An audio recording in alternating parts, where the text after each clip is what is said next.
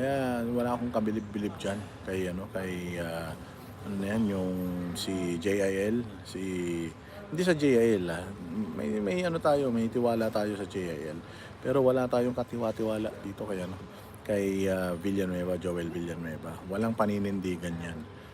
Si ano nga si Marcoleta nga na hindi naman mataas ang posisyon sa kanilang simbahan pinaglalaban yung unang-una yung kapakanan ng bayang Pilipinas, yung kanilang paniniwalang espiritual, kanyang pinapanigan.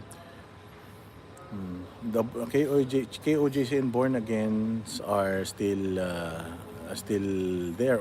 Nandiyan pa rin ang KOJC at ang iba pang mga simbahan. Kaya nga nananawagan tayo doon sa mga ibang mga sekta, iba pang mga religious groups, iba pang mga religious organizations na this is the time. This is the time. Actually ito wala na tong kulay-kulay. Kung nung nakaraang rally nila, ayaw nilang magpunta yung mga DDS. Ito invited lahat. Basta ikaw ay ano nangyari diyan? Sinong remolye yan? Basta ikaw ang tawag dito. Basta nasa tama ka, huwag kang matatakot. Palag lang tayo.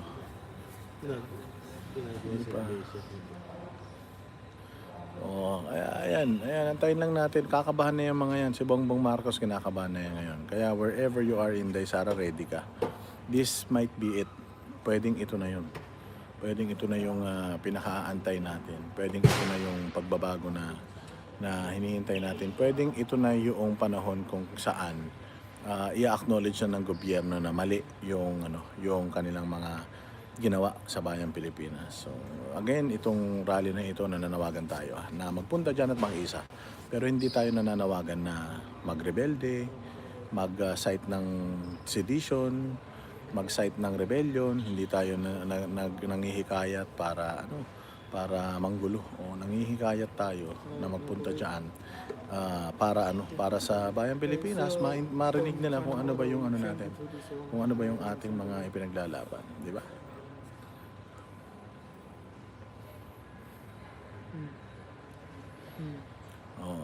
Yun nga yung tama naman kayo diyan. Kasi na-excite kami, nakikita namin na promising, very promising itong rally na ito. If this rally will last for, let's say, a week, malaking issue yan sa ekonomiya natin. Bagsak na nga ekonomiya natin, tapos magkakaroon pa ng ganyan, di ba? Sometimes, you have to break something for you to be able to rebuild it. So, if itong nangyayaring itong pagpapahayag ng mga kababayan natin will ruin our economy, not permanently. I'm pretty sure magiging lalabas din ng natin dyan, ang ating pagpupunyagi. Konting tiis lang, kahit na kailangan muna natin sirain yung isang bagay, kahit na malugi ang ating ekonomiya, maibabangon natin yan. Pero sabi ko nga sa inyo, kung itong administrasyon na to magpapatuloy sa kanilang pagnanakaw, sabi ko nga, hindi natin pinipigilan yung kanilang paninilbihan.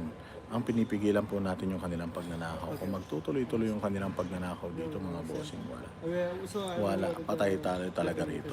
Wala nang matitira para sa mga anak natin at sa mga anak ng mga anak natin. Alam niyo, lahat ng ginagawa natin ngayon, kung ikaw ay 45 anyos pataas na, 44, 45 pataas, itong ginagawa mo ngayon, itong mga actions na ginagawa mo ngayon, nag-iipon ka man, or you're trying to build something, tawag dito, meron ka man gustong i-achieve sa buhay mo, o hindi na yun para sa sarili mo, para na yun sa mga anak natin, para na yun sa mga next generations. Kaya nga, maganda yung interview ni Banat at saka ni Amy Marcos na kayong mga senador ngayon, kayo ang pag-asa ng mga kabataan natin. Di ba sinasabi nila na ang kabataan ang pag-asa ng bayan? Oo. Pero sa politika, kabaliktaran. Yung mga politiko ang pag-asa ng mga kabataan natin. Kasi kung lahat ng gagawin ng mga politiko ngayon, ang magsasuffer niyan yung kabataan. Kapag kayong mga politiko ngayon nagnakaw, yung Pilipinas na kakalakihan nitong mga kabataan natin, wala, bulok. Pero kung katulad ni Pangulong Duterte, ng mga Duterte, at ng mga magagaling na senador, lahat ng gagawin nilang kabutihan ngayon, that will rebuild, that will make our country great again. Ang makikinabang niyan, yung mga kabataan, yung susunod na generations. Kaya yan ang lagi ninyong tatandaan mga bossing. Itong mga politiko natin ngayon, gumagawa yan sila ng mga legislations, batas, hindi para sa nakaraan. Gumagawa sila para sa future. Since future, yung batas na ginagawa for the future, para yan sa mga anak at mga kabataan natin dito sa Pilipinas. So we have to really protect itong mga mabubuting senators, and we have to urge them to make a legislation about yung mga bagay-bagay na natin, na pare-parehas nating pare-parehas nating gusto. At ayan na nga si Banat Bay, kita nyo. Alam ko, nasa lounge ka. Sakay na eh. Wala pa. 5:30 Maaga pa. Ano tayo? 6:45 eh. Hindi. 7 eh. 6:05 ang boarding natin eh. 5:35 ang boarding. Yes, magbo-boarding na kami. Ang ganda ng bag ni Jay, oh. May sabitan ng cellphone. Tapos binudol pa Ang namin. galing, oh. Hindi ba? Pupunta na kami ng EDSA. Antayin nyo kami. Antayin nyo kami sa EDSA, mga bossing. Pupunta na kami dyan. Hindi, punta muna kami ng Bili lang akong kape. huwag na kami doon ng Starbucks. Muna lang kami. Pupunta kami dyan. Magkita-kita tayo sa Magkita-kita tayo sa Hong Kong. Where are we going? We're going to Hong Kong, and then we're going to also going to Macau. Pero we're going to Hong Kong. Tomorrow we'll have a meet and greet dyan sa Wan Chai. Tapos makikita nyo magbabasketball ang Banateros. Si Jay, ako, si Banat Bay, si Coach Oli, si RJ, si Jack. Tsaka yung aming import. Import namin si Eric. Si Eric, yan ang import namin. Mayroon kaming ligang sasalihan dyan sa Pilipinas. Kalaban namin mga Dilawan at tsaka mga Pinklawan. Di ba? Bayan? Ano ba naman yan? Ang dilim-dilim naman sa natin, sa comment section natin. See you soon in Wan Chai. Yes, tomorrow we'll be in Wan Chai. We'll arrive in Hong Kong at mga around 10 o'clock, 10ish. So, yun, kita-kita tayo dyan. Kalma lang. Basta mag-update lang tayo. Nakatutok ang Banateros sa lahat ng mga nangyayari dyan sa Pilipinas. Nakatutok tayo sa lahat ng mga vloggers dyan, mga bossing. Yung mga nagva-vlog dyan, mag-like kayo, mag-share kayo, kung pwede, magpakulay kayo. Kasi grabe ang effort na ginagawa ng mga vloggers just to bring you yung mga balita na totoo. Kasi pag nakinig kayo dyan, nakita nyo yung balita ng Inquirer. Ang balita ng Inquirer, lang daw, 700 lang daw yung mga tao na nandiyan dyan. 700. Ngayon, dito sa may NLEX, may nag-message sa akin na taga North, papasok sila ng Metro Manila. Hindi naman daw sila pupunta sa rally, pero lahat daw dyan sa NLEX ngayon, sa may Bukawi, galing ng mga norte ng mga sasakyan. Yung mga van, hinaharang. Pagka madaming laman, tapos hindi magkakakilala, hinaharang.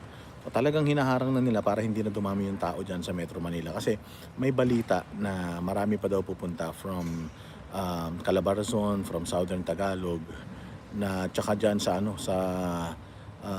Southern Luzon, pupunta dito sa EDSA para mag-participate.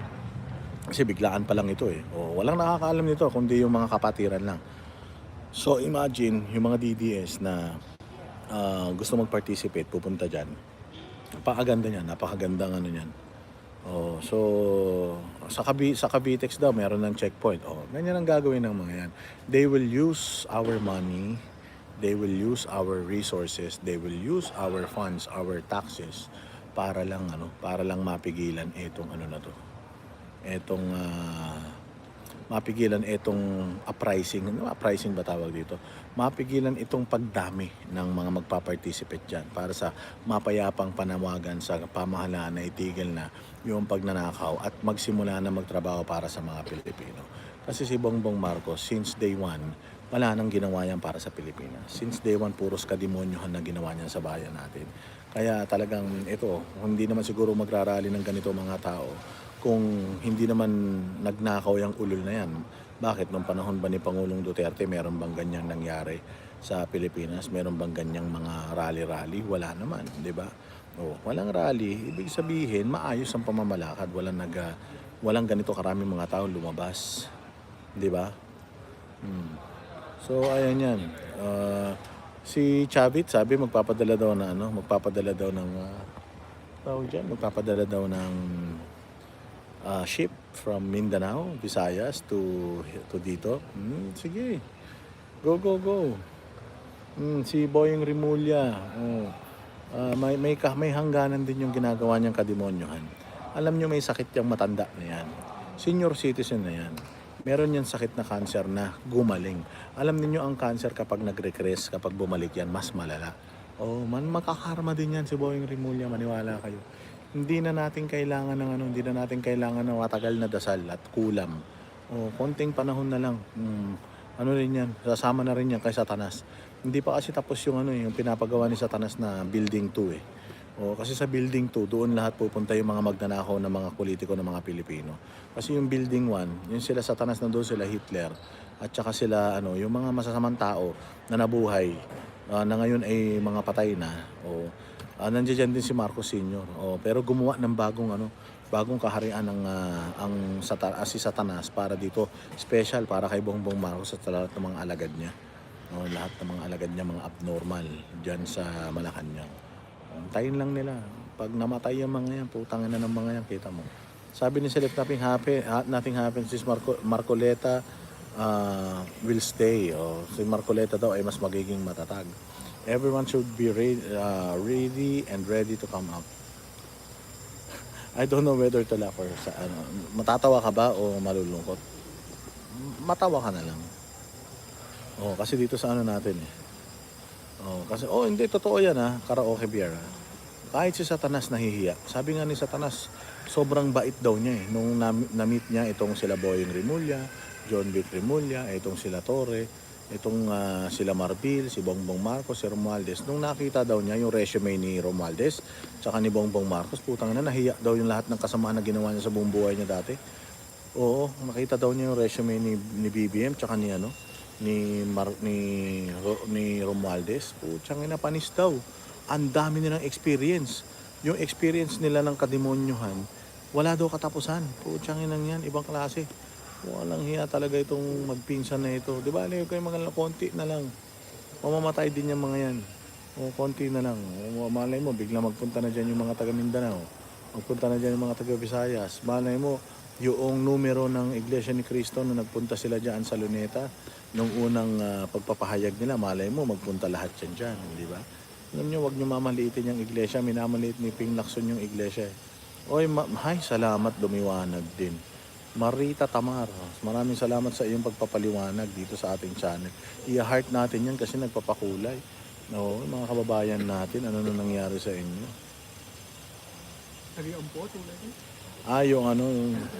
Let's go? Later? Yung Banat Boy, bayan nyo yung wala namang bilang vlogger na yun. Hindi nga niya mapalaking channel niya Sinisiraan niya si Marcoleta, bakit?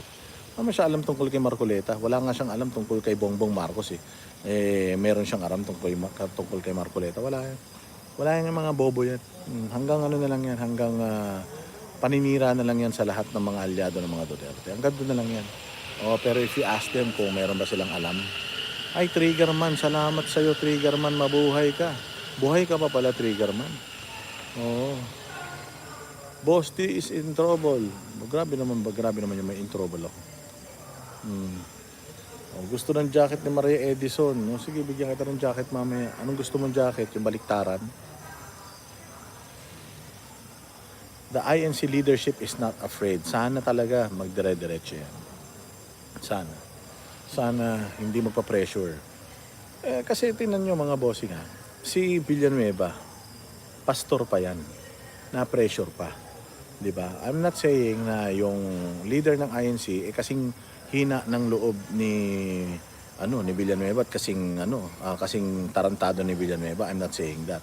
I'm just hoping na sana si Ka Eddie Villanueva si Ka Eddie ba? Eddie Villanueva kasi yung kanilang punong ministro sana ay maging matatag siya. Si Marcoleta, sana maging matatag siya. Oh, sana lang talaga. Kasi mahirap. Mahirap yung pinagdadaanan natin kung kailangan magsakripisyo kayo at kayo ang napili ng Panginoon para magsakripisyo para sa bayang Pilipinas. That's a noble thing. Oh, that's a noble way to go out, ika nga. Huwag kayo matakot. Yan.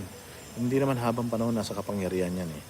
Oy, salamat kay kay Lin Miyamoto. Lin Miyamoto, mabuhay ka. God bless you. Gusto nyo nandoon kami. Huwag kayo mag-alala. Malay mo, umabot na 1 linggo yan. Pag umabot na 1 linggo yan, makakapunta pa rin kami dyan. But regardless, di naman kami importante dyan. Ang importante dyan kayo. Kasi kami, okay na may boses kami.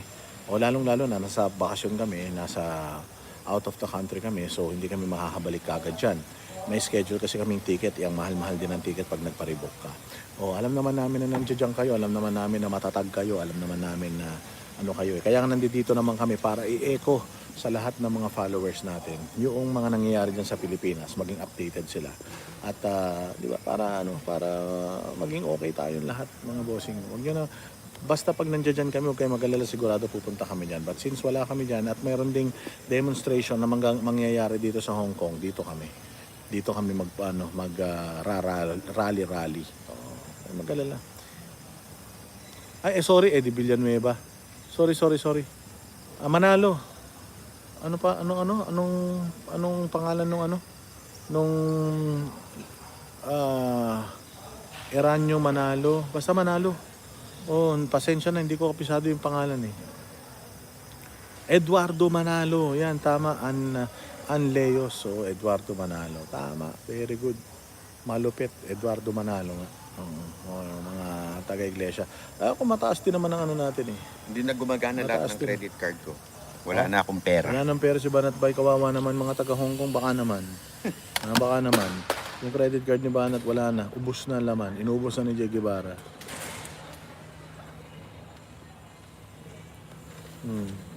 Okay, from Karkar, Cebu, si Genesis Larobis, shout out sa iyo.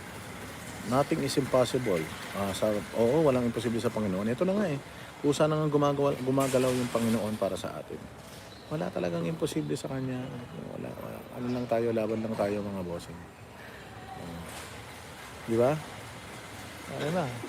So, mga bossing, kita-kita tayo diyan sa Hong Kong kayo, kalma-kalma lang kayo, relax lang kayo. Sakay na tayo ng eroplano. Bukas, kita-kita tayo dyan sa Hong Kong. Ila-live natin yung mga kaganapan dyan para maging updated din kayo doon sa mga magaganap na pagtitipon dito sa Hong Kong. Okay, so from Beijing, China, Boss Dada, nag-uulat. Bukas, mamaya, kita-kita tayo ulit. Bibigyan ko kayo ulit ng update patungkol sa mga nangyayari sa Pilipinas. Kinukontak po natin yung mga contacts natin, mga kaibigan natin na nandoon mismo sa rally. Bibigyan tayo ng mga update at ibabahagi ko sa inyo yung mga update na yan. Mabuhay kayo. God bless you. Kami ang boses ng masa, hindi natatakot. Katotohanan lang, di kami nalulunod. Walang bahid ng sismis, lahat ay totoo. Kahit sino ka pa, pag mali ka babanatan ka. Walang pinipili kulay, wala kaming kinikilingan. Basta para sa bayan, kami lalaban. Pagtama palakpakan, pag mali banatan. Di matitinag, di matatakot, para sa bayan tuloy ang sigaw. Sa harap ng kamera, walang halong takot. Mga baluktot, lahat kayo'y tutumba. Ang hustisya at totoo, yun lang ang mahalaga. Kahit sinong harang, di kami matitinag. Walang pinipiling kulay, wala kaming kinikilingan. Basta para sa bayan, kami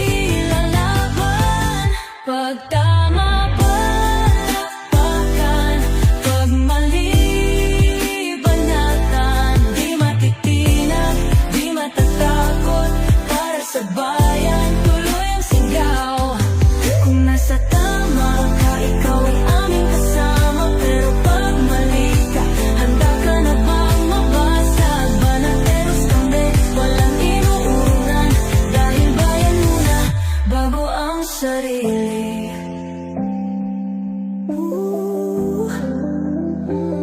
Bago ang sarili.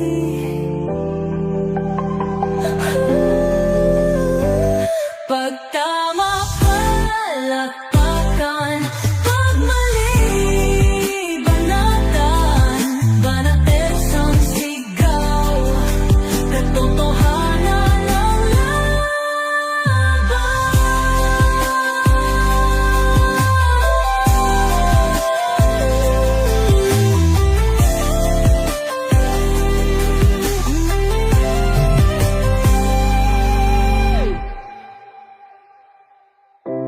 sa harap ng kamera, walang